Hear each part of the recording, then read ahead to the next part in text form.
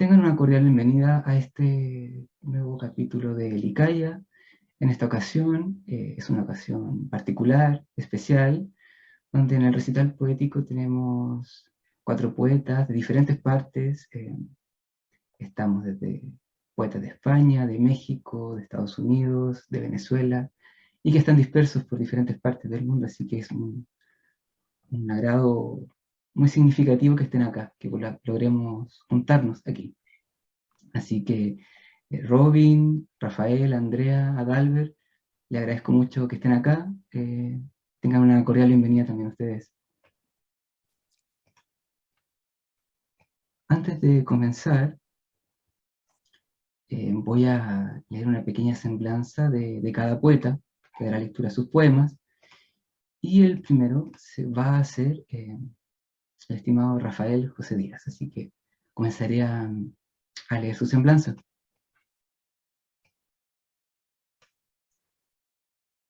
Rafael José Díaz, Tenerife, España, 1971, es escritor, ensayista y traductor. Se licenció en Filología Hispánica por la Universidad de La Laguna. Fue director de la revista Paradiso, 1993-94. Entre 1995 y 2000 fue lector de español en las universidades de Jena y Leipzig, Alemania.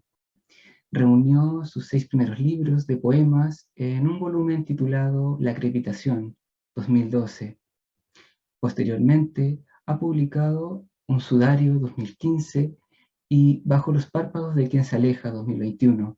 Es autor de 4 entregas de su diario, los libros de relatos Algunas de mis tumbas, Las transmisiones, 24 lugares y una carta, El letargo y De un modo enigmático, y la novela Duérmete, cuerpo mordido. Igualmente ha dado a conocer numerosas traducciones de escritores de lengua francesa, alemana e italiana, como Schopenhauer, Bloch, Roth, Jacotet, Perrier y Posterlat. Estimado Rafael, por favor. Buenas tardes y muchísimas gracias, querido Bastián, por la invitación a formar parte de esta lectura a distancia, pero que gracias a la magia de la poesía nos permite estar cercanos unos a otros. En mi caso voy a leer 2 poemas de mi último libro publicado, y si me da tiempo, 3 poemas inéditos. Los 2 primeros poemas, de Bajo los párpados de quien se aleja, no tienen título. El primero: hace tiempo que no veo a ningún amigo de infancia, y me pregunto si habrá muerto alguno, pues ya han muerto varios de los amigos que conocí después, en tiempos que unen menos, pues en la infancia, cada vez más lejana a pesar de estar fija, clavada en un rincón de la memoria, lo compartido era la vida que nacía para todos en ese mismo instante, y lo que vino después, en cierto modo, es la desgarradura de esa vida arrancada por la propia vida, ahora ya un ilusorio patrimonio personal, desligado de todos. Sí, me pregunto qué habrá sido de los amigos con quienes no nos daba miedo explorar los barrancos prohibidos, llenos de cachivaches que no comprendíamos, descubrimientos que brillaban para nuestra curiosidad a manos llenas, los amigos con quienes nos escapábamos por los caminos ondulados, montaña arriba, hasta que oscurecía, prometiéndonos no decir nunca a nadie lo que allí había pasado, lo que habíamos visto en la casa sin dueños, promesas que quizá alguno incumplió años más tarde, cuando no parecía tan importante guardarlas como en la infancia, aquel batiburrillo de escapadas y llantos, de lealtades y esperanzas, sol poniente cayendo a la velocidad con que los huesos entrechocaban al correr para llegar a tiempo a los coches donde nos esperaban nuestros padres, ya arrancados al borde del barranco, con nuestras mochilas cargadas en el maletero, y termos de colacao caliente, reparador, que de una sentada nos bebíamos sin la debida gratitud. Esos amigos de la infancia, nadie sabe cuándo dejamos de verlos, aunque de alguno haya recuerdos posteriores, de la primera adolescencia, cuando ya no era lo mismo porque no estábamos todos y habíamos olvidado cómo se jugaba. En realidad fue entonces cuando comenzó otra vida en la que aquella era un cascarón dejado atrás, incómodo, que hubiéramos preferido destruir, pero que se enredaba una y otra vez entre las piernas a medida que avanzábamos, la infancia de los amigos que desaparecieron para siempre y que aunque alguna vez veamos por pura casualidad, no son ya ellos ni nosotros, somos nosotros, y sin embargo algunos secretos sí que fueron conservados y en algún lugar brillan los mismos ojos de los atardeceres prohibidos. Y el otro poema del mismo libro, también sin título, al extranjero que vivió 3 años en aquella ciudad y la vio transformarse en no menor medida que sí mismo, como en una simbiosis en la que la ciudad y el extranjero se intercambiaban sus perplejidades, perdían la virginidad y aprendían a tratar con los desconocidos. Al extranjero que se vio un día en medio de una plaza intentando entender las referencias históricas de la estatua de un noble caballero que asistía todas las mañanas al bullicioso despliegue de los puestos del mercado, a la apertura de nuevos cafés para estudiantes cada año. Le gustaría volver a viajar a esa ciudad después de tantos años, pues sabe que en cada callejuela lo está esperando como el cabo cortado de un hilo, la continuación de un suceso del que fue protagonista, como el de aquel sábado santo en que tras haber escuchado en la iglesia una pasión de Bach, rodeó por primera vez el planetario, o el del perro callejero que lo acompañó hasta una de las estaciones de tren, aquella en la que las nubes morían con mayor lentitud. Permanecer una vez más emboscado en el parque al que se entraba por una verja rota, extranjero asomado al abismo de las palabras extranjeras, sonidos que restallaban en el oído y se desangran antes de que sus cuerpos puedan ser comprendidos. Extranjero deseoso de comprender los cuerpos de las palabras extranjeras deshechas en las bocas que le hablaban los primeros meses en las paradas de autobuses, los gestos que el extranjero tuvo que aprender a usar para señalar todo aquello cuyo nombre desconocía, y pese a la distancia insalvable, la mudez obligada, el extranjero agradece el aprendizaje tortuoso de los 3 años pasados en aquella ciudad, en la que nada era nunca como él sospechaba. Incluso ahora, cuando ya la ciudad va desapareciendo del recuerdo, el extranjero cree que aún sería posible encontrarle sentido a alguna vivencia, si le fuera posible volver a recorrer las orillas del río, al que tan pocas veces fue. Se dice ahora, quizá porque ya entonces sabía que los ríos se llevan las miradas de quienes los contemplan parados en la orilla. Y voy a leer, creo que me dará tiempo, 2 poemas inéditos de un libro que saldrá, si todo sale bien, este otoño, y que se titula La penúltima agua. El primero se titula Río. Ya no sé qué escribir, pero algo habría que decir sobre este río. No porque el río no pueda seguir corriendo sin lo que habría que decir, ni mucho menos porque lo que habría que decir pudiera detener el curso del río. No, no es por eso. Es simplemente porque entre el río y yo hay algo que se ha abierto, algo que no reconozco todavía, pero que tiene el olor de las palabras.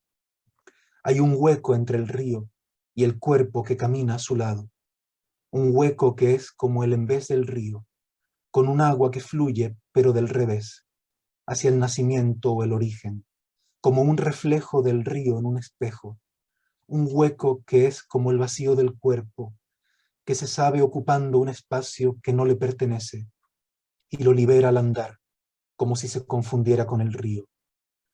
Las palabras no serían aquí, sino todo lo contrario del comienzo del mundo, no un lugar prístino donde no ha sido aún contaminada la vida, sino un hoyo, un muladar al que tirar todo lo que nos sobra, a la incapacidad de entregarse simplemente a la visión de un río entre los árboles, o el deseo de tocar con las manos el agua, a sabiendas de que o las manos o el agua terminarán ensuciándose a raíz del contacto.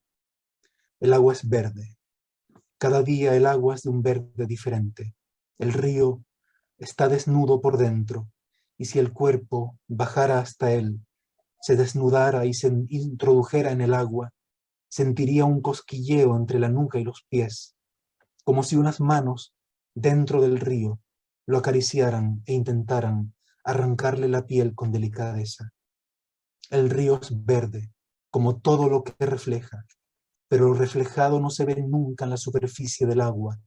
Reflejar es aquí como comer o beber, y el río se traga todo lo que a él se asoma. A pesar de lo cual, cuando me miro las manos, veo transparentarse en ellas el silencio del agua, que fluye sin detenerse nunca, a la espera quizá de una palabra, capaz de acompañarlo en su doble misterio de mudez y de flujo.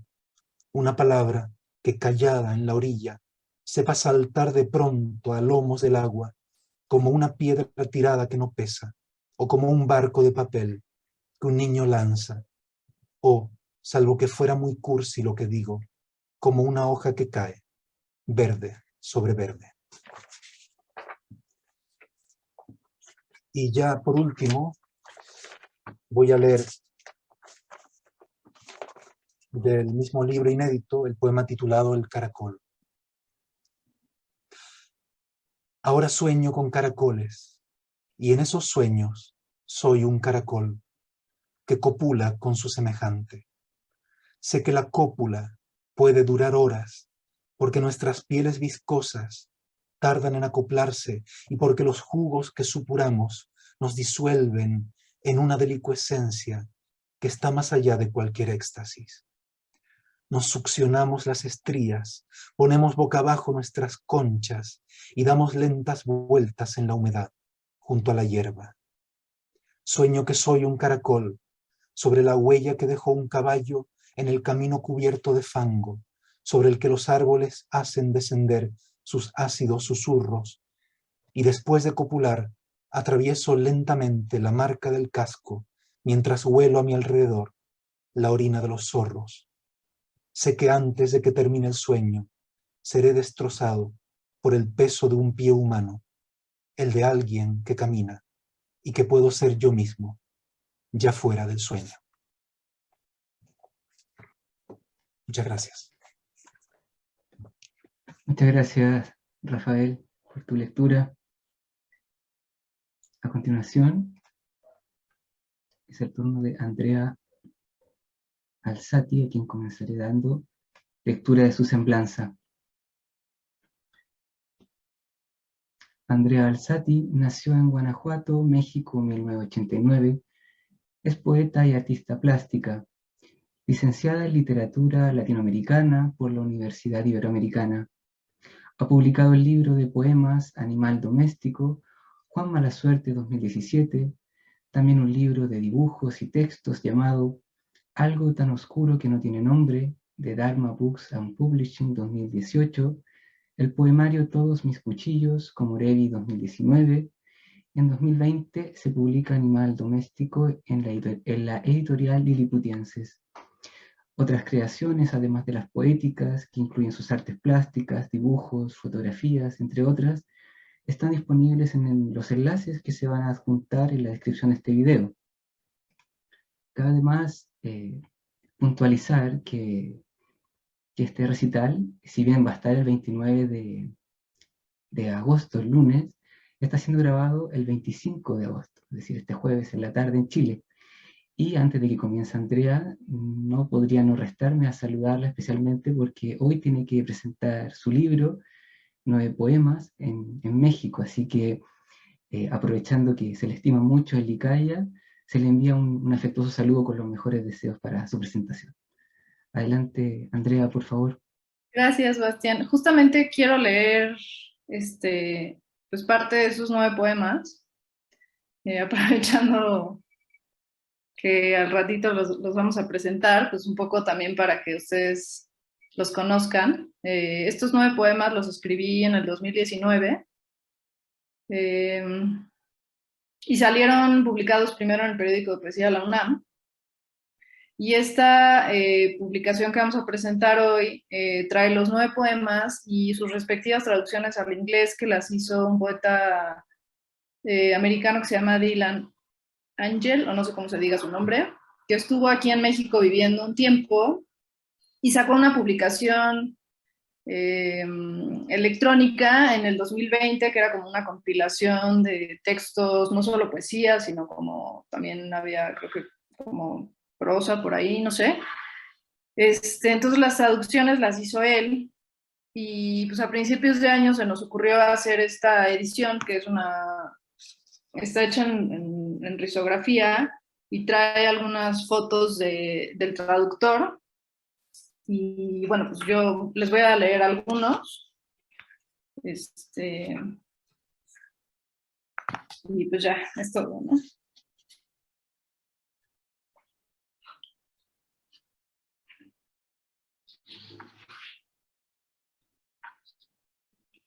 Altísimo el cuerpo que te toca, entre sus laberintos acude a tu cigarra.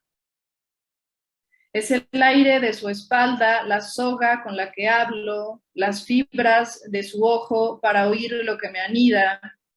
Hay olas, hay esquinas que se trepan en tu muslo, cuerpos sin sombra quietos en las banderas, júbilos que alumbran la balanza, cristales que se rompen sin afinar, restos de una cosecha abierta para Sísifo.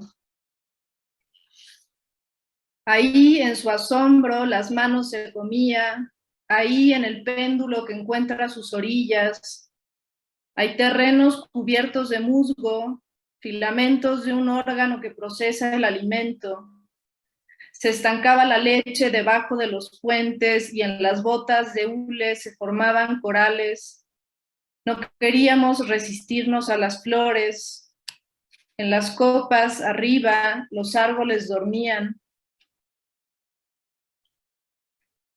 Trepamos muros de piedras antiguas, nos hincamos naturalmente por temor a la altura. Las rodillas renovaban las ruinas. Esta rabia era bendita esta rabia, y sus oraciones colgaban de las ramas. Frutos que Dios no cosecha caen para decir gravedad. Nuestros silencios al unísono eran la tierra seca. Agradecimos al rabo del can que bate también su lengua.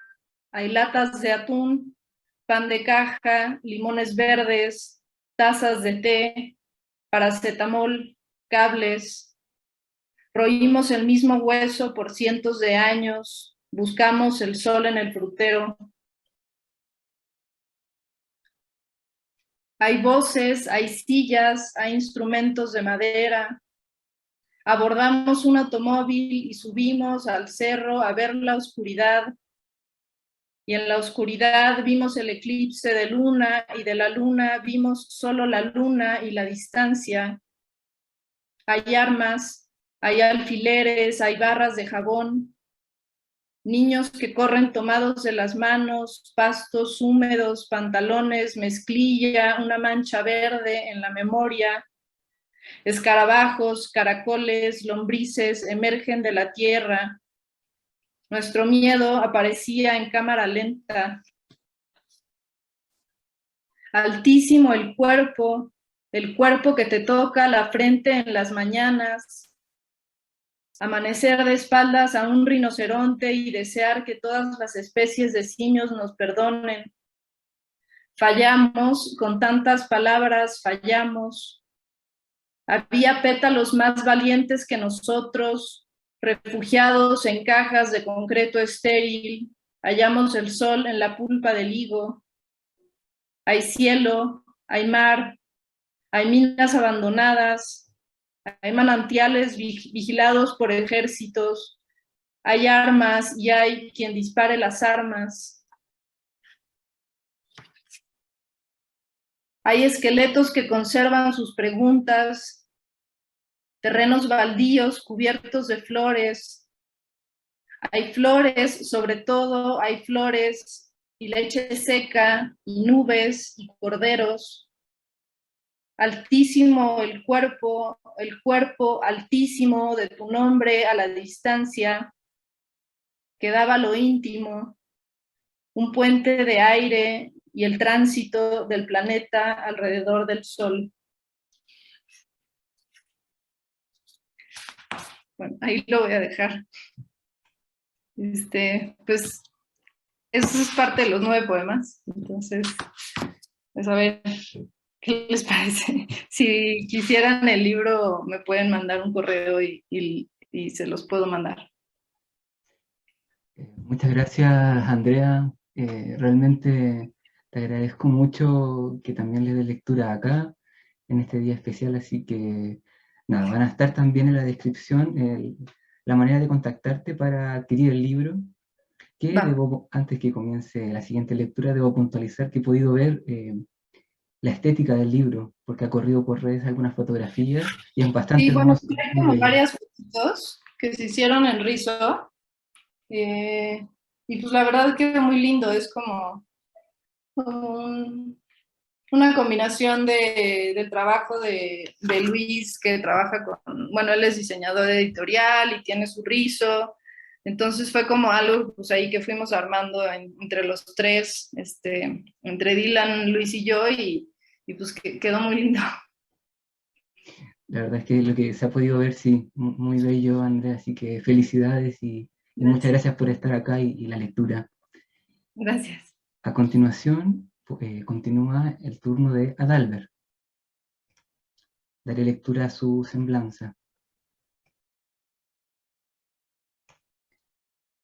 Adalbert Salas Hernández es poeta, ensayista, traductor venezolano, autor de los libros Salvoconducto, Premio de Poesía Arcipreste de Ita, Editorial Pretextos 2015, La Ciencia de las Despedidas, también de Pretextos 2018, y Nuevas Cartas Náuticas en Editorial Pretextos también 2022, así como los volúmenes de prosa Clarice Lispector, El lugar de la poesía, RIL Editores 2019 y Palabras sin dueño, Variaciones sobre la traducción literaria, en Dirección de Literatura UNAM, Periódico de Poesía 2019.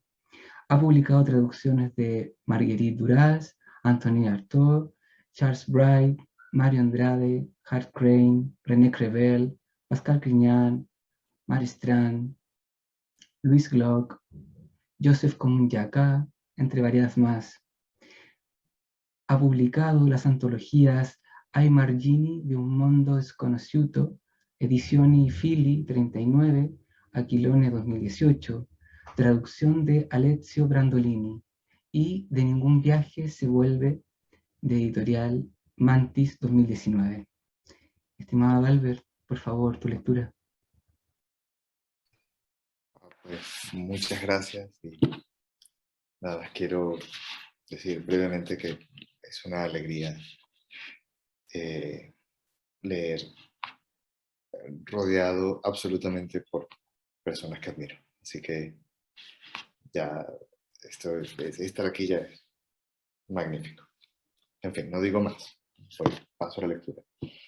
Empiezo con un poema del libro La Ciencia de las Despedidas, que por cierto tradujo Robin.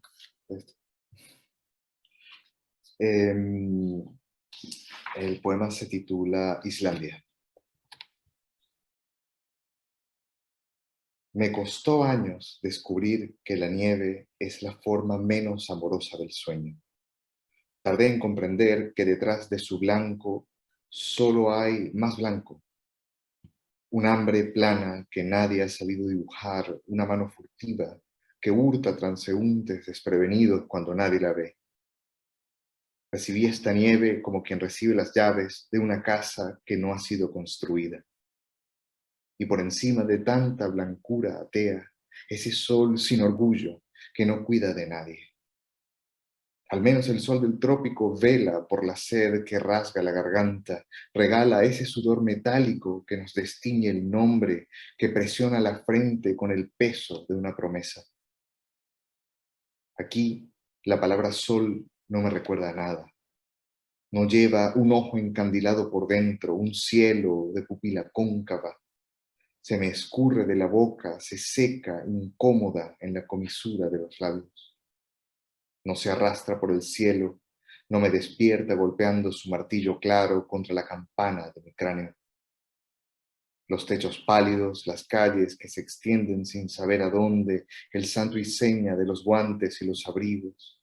Sigo sin dominar estas maneras. Camino con cuidado, a la manera de quien oye a veces su nombre y se confunde, creyendo que hablan su idioma. Conmigo, siempre, este frío como un pan sin dueño.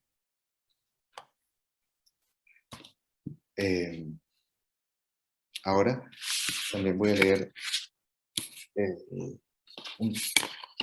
un libro que ha traducido Robin, que es 23 Shots.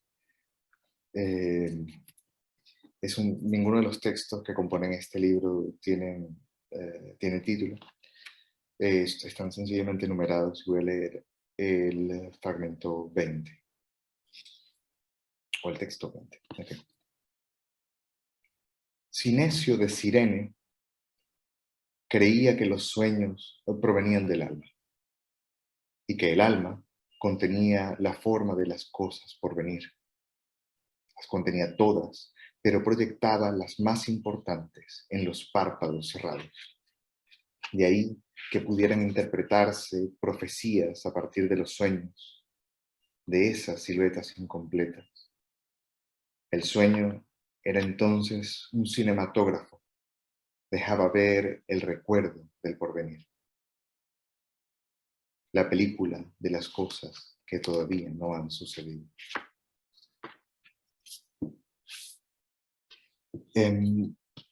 Ahora voy a leer un poema perteneciente al libro Salvoconducto y que fue publicado junto a muchos otros poemas en esta antología de Ningún viaje se vuelve, que era la que mencionaba la semblanza. El poema no tiene título. Vi mi primer muerto una tarde, subiendo de Sabana Grande a la Avenida Libertador, en una de esas calles estrechas y claustrofóbicas. Eran las 3 o las 4, algo así. El día estaba flojo, la luz era como un sudor pálido sobre las cosas. En la acera derecha había un grupo de gente callada, y en medio un hombre boca abajo, los miembros regados de cualquier manera. No había un solo comentario, nadie lloraba o gritaba. Hablaban en voz muy baja, como si vivieran por adelantado el velorio. No parecía la escena de una muerte, sino otra cosa, un suceso desconcertante, un problema que era necesario resolver. Habría jurado que esperaban, incluso con un poco de fastidio, alguna señal. Entre el cielo y la tierra solamente median los ángeles del aburrimiento. No habían traído una sábana para cubrirlo, ni le habían puesto un saco encima. Era imposible ver su rostro. La bala le había partido el cráneo desde atrás y ahora estaba en el centro de un charco de sangre y orina y mierda. Se le había relajado el esfínter. Nadie notaba el olor, la luz fría lo había escondido. Eso no era un cuerpo, era algo más, replegado, tachado, algo que había perdido todas sus alianzas. Dicen que al morir te pareces finalmente a ti mismo, como si alguien te hubiera hecho el favor de recoger cada una de tus sombras. Pero es mentira. Al final no te pareces a nada, la masa de músculos atrofiados y huesos inservibles que eres no dicen nada. La muerte no es un arte como todo lo demás, y nadie lo hace bien. Y para terminar, lo encuentro. Si no lo encuentro, pues no. Aquí está. Un poema perteneciente, bueno, no sé si es un poema, es una transversión, una traducción adulterada de un texto de Plinio el Viejo, incluido en Nuevas Cartas Náuticas, que es el último libro que he publicado. Se titula Algunas supersticiones y creencias de los marineros fenicios. El marino que halle sal en su almohada en la mañana en que partirá, morirá ahogado. Avistar aves gordas significará pesca flaca. Vientos suaves indicarán corrientes violentas. Quien sueña con peces ha sido favorecido por el dios Yam. Al transportar vino por mar, los mercaderes deberán temer la sed de Lotan, la serpiente de los abismos. Quien sueña con peces terminará con la respiración escamosa. El marino que, lejos de la costa, encuentra arena bajo las uñas, morirá a manos de otro hombre. El vuelo de las gaviotas es engañoso, entregan presagios falsos para luego cebarse en la carne de los muertos. Para asegurar una pesca abundante, la noche antes de zarpar, toma un ojo de pescado, rebana la pupila y cómelo. Luego pasa la noche en vela, deja la pupila en la puerta de tu casa. Quien sueña con peces verá a su enemigo morir en la arena. Para asegurar el éxito de una expedición de guerra, las naves deberán ser lavadas con sangre de caballo. La nave que lleva grillos a bordo no se pierde en alta mar. De noche, si alguna de las estrellas se mueve de sitio, quiere decir que la nave será azotada por la hambruna. Quien sueña con peces criará perlas en los pulmones. El alga roja es la sangre coagulada que los dioses marinos derraman en sus peleas. Llevar pan en alta mar trae la desgracia, pues todos seremos levadura. Las ratas de un barco chillarán cuando haya tierra cerca. En alta mar, los fuegos fatuos son las almas de los que en vida no vieron el mar. Si un miembro de la tripulación muere, será necesario arrancar sus dientes y lanzarlos por la borda, para que su espíritu no devore el viento de las velas. El cuerpo deberá ser enterrado en la costa más cercana. Quien sueña con peces hallará plumas en la boca de su amante. Los sacrificios antes de la navegación solo serán propicios si los realiza un sacerdote que no tenga hermanos en el mar. Los ahogados cultivan corales en el fondo marino. De ellos se alimentan. Gracias. Muchas gracias, Adalbert, por tu lectura. Voy a continuar entonces con el turno de Robin. Voy a leer su semblanza. ¿Quién es quien da cierre a este precioso recital? Robin Myers es una poeta y traductora nacida en Nueva York en 1987. Creció en Estados Unidos y está radicada en la Ciudad de México.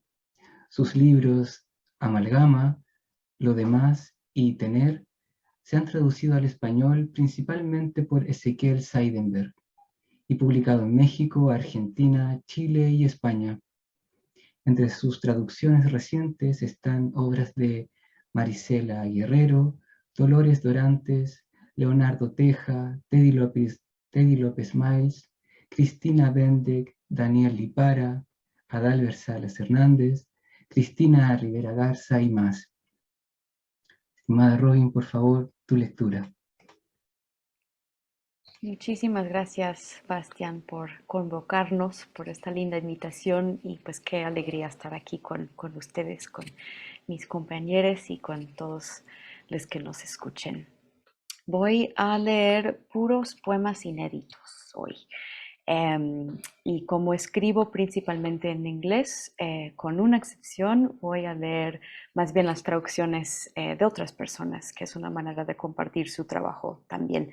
Y voy a indicar cuál es cuál, pero unas traducciones de Ezequiel Seidenberg y una de Hernán Bravo Varela. Voy a empezar con una traducción de Ezequiel.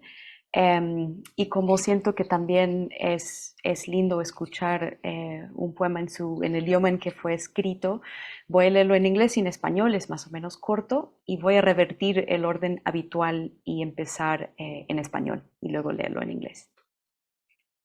Es un poema sobre los ancestros y se llama Diego de Montemayor. Que un hombre sea capaz de una masacre o de supervisar una masacre, que es lo mismo, ¿también lo hace capaz de matar a su mujer? Dicho de otra manera, que un hombre sea capaz de agarrar una espada y clavársela a su mujer hasta matarla, al enterarse de que se agenció un amante, aprovechando una de sus incursiones imperiales a la sierra, a masacrar o a supervisar una masacre, que es lo mismo, a propagar la viruela, a enarbolar el catolicismo, a azotar a quienes hablaran las lenguas habladas en las tierras que se había propuesto conquistar en nombre de la corona española. En fin, ¿para qué mierda el subjuntivo? Porque sí que lo hizo, todo eso, y yo me sé su nombre, no el de su esposa, ni el de nadie que masacró o violó o ordenó que masacraran o violaran, o a los hijos que engendraron o a sus hijos que siguieron engendrando con el tiempo, tantos hijos que al final los llamaron nación, arrojada a la diáspora, generaciones de hijos asentadas como el polvo, de las cuales soy hija, porque así funciona la familia. Diego de Montemayor. If a man is capable of massacre or overseeing massacre, which is the same, does this also make him capable of killing his own wife? Put another way, if a man can seize a sword and stab his wife to death on learning she'd taken a lover during one of his imperial incursions into the Sierra, massacring or overseeing massacre, which is the same, disseminating smallpox, brandishing Catholicism, lashing the speakers of languages spoken in the lands he'd resolved to possess in the name of the Spanish crown, well, fuck the hypotheticals, because he did it, all of it, and it's his name I know, not his wife's or anyone else's he massacred or raped or ordered massacred or raped, or the children they birthed or the children who continued to birth over time, so many children that they were branded a nation and flung into diaspora, and dust settled down into generations of children, of which I'm one, because that's how family works. Cataratas, y esta también es una traducción de Ezequiel Seidenberg, y es a partir de un poema de una amiga poeta, Tracy May Fuad. Difícil describir qué es lo que vimos, porque era solo agua, tanta agua que no podíamos Iguazú, pero los pájaros podían, al volar sobre el manto de rocío y luego atravesarlo de nuevo con sus cuerpos. No era solo rocío, sino Iguazú, envoltura o naufragio, materia suicida con una fe furiosa en su propia metamorfosis. Era el rugido más visible aún que Iguazú. Los choques del agua con el agua se perdían para siempre al caer en picada. Después más Iguazú en un para siempre en lo que era totalmente natural creer. Alguien que amaba se murió. Hace unos años estábamos mirando una película sobre el mar en una pantalla curvada que nos abrazaba como un ojo. una legión de peces respirando en su esfera ondulante de agua y seres, un pulmón perfecto, una porosidad total de la confianza. Y ella al final se tiró sobre mis piernas y apoyó la cabeza en la falda de mi mamá y se puso a llorar. Iguazú, ¿quién sabe qué hacer con tanta agua? En apenas segundos ya tenía la cara toda mojada, el trueno Iguazú, la roca vuelta a tallar constantemente por sus golpes implacables. ¿Quién podía saber que veríamos el río más firme que la piedra? ¿Quién podía saber que el rocío se hacía así, tan espeso por todas partes, que no podemos dejar de verlo descompuesto en aire y agua, que no podemos verlo desaparecer?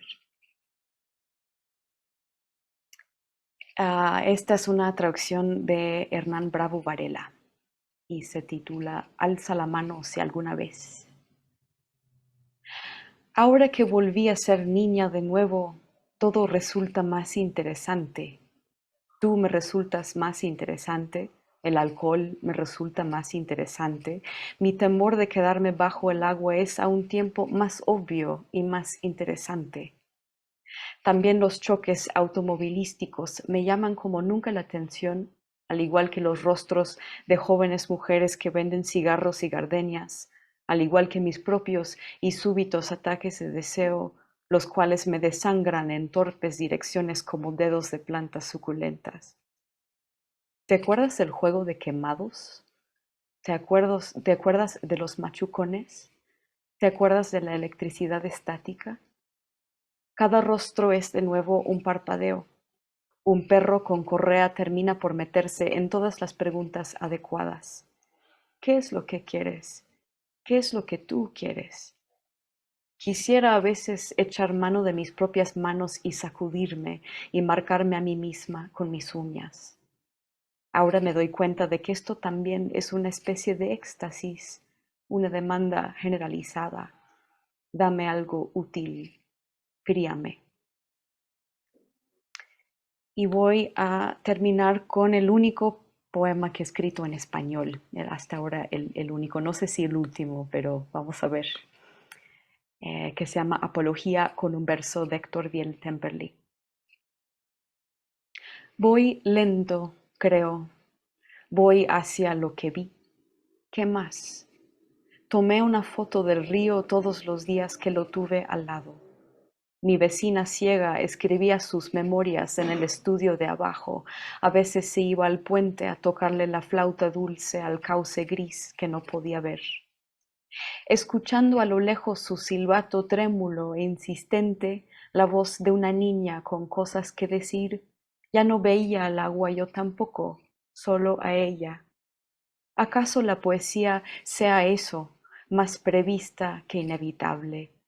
Voy hacia lo que perdí, que es poco todavía, a saber, hacia mi ceguera de recién nacida, hacia las flores lechosas del arbolito que se llama madera de perro, pero en el idioma que le pusieron sin preguntar, hacia la panza revuelta de mi país. Voy hacia ti, un hijo, un virus, la sombra de una mantis religiosa saludando detrás de la cortina blanca, la tos de mi vecina en las horas pequeñas, según las llaman en el idioma que nací bebiendo. Voy hacia lo que menos fui, militante de algo, patas de cuervo, hambre de colibrí. Estos días de no vernos casi nunca los dientes, desconfío de mí misma de otro modo, de mi talento para caminar con paso ligero sobre la tierra, yo que soy solo una entre miles de millones de criaturas con talones y mercurio en sus aparatos y ríos enterrados por sus antepasados que destruyeron cosas para que cupiéramos aquí. Cupimos apenas. Tengo vergüenza y anteojos. Tengo miedo de ser un mal huésped en el mundo, de hablar con todo menos con la palma de las manos, de no saber la historia que se contó primero. Voy hacia lo que menos conocí en mi vida. Voy hacia mi cuerpo. Gracias.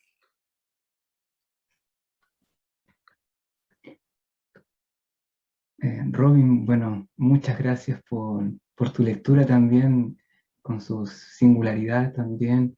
Lo aprecio mucho, tu lectura en inglés, el último poema, todos los que hiciste, todos los que leíste. Así que realmente muchas gracias. Bien, luego de la lectura, esta parte ya de cierre, en el mismo orden más que nada es para que cada cual libremente quiera compartir alguna información de lo que estén haciendo, sea poesía, traducción, arte visual, lo que estimen conveniente compartir o decir, es el momento. Así que Rafael, por favor, si pudieses primero. Bueno, yo solo quiero terminar diciendo que realmente para mí ha sido una enorme alegría, como dijo antes Adalbert, compartir esta lectura con personas a las que admiro y en algunos casos quiero, en otros casos acabo de conocerlas y me he sentido muy realmente satisfecho y realmente estimulado con los poemas que he escuchado, que me han parecido extraordinarios todos. Así que de verdad, Bastián, gracias por convocarnos y por hacer de maestro de ceremonias de un acto y una lectura tan bonita como esta. Gracias. Muchas gracias, Rafael. Muchas gracias. Andrea, por favor. Pues muchas gracias igual por la invitación. Perdón que se me fue un poco la onda de la hora. Creo que traía como lo del en la cabeza, entonces ya se me barrió, pero pues estuvo súper bien.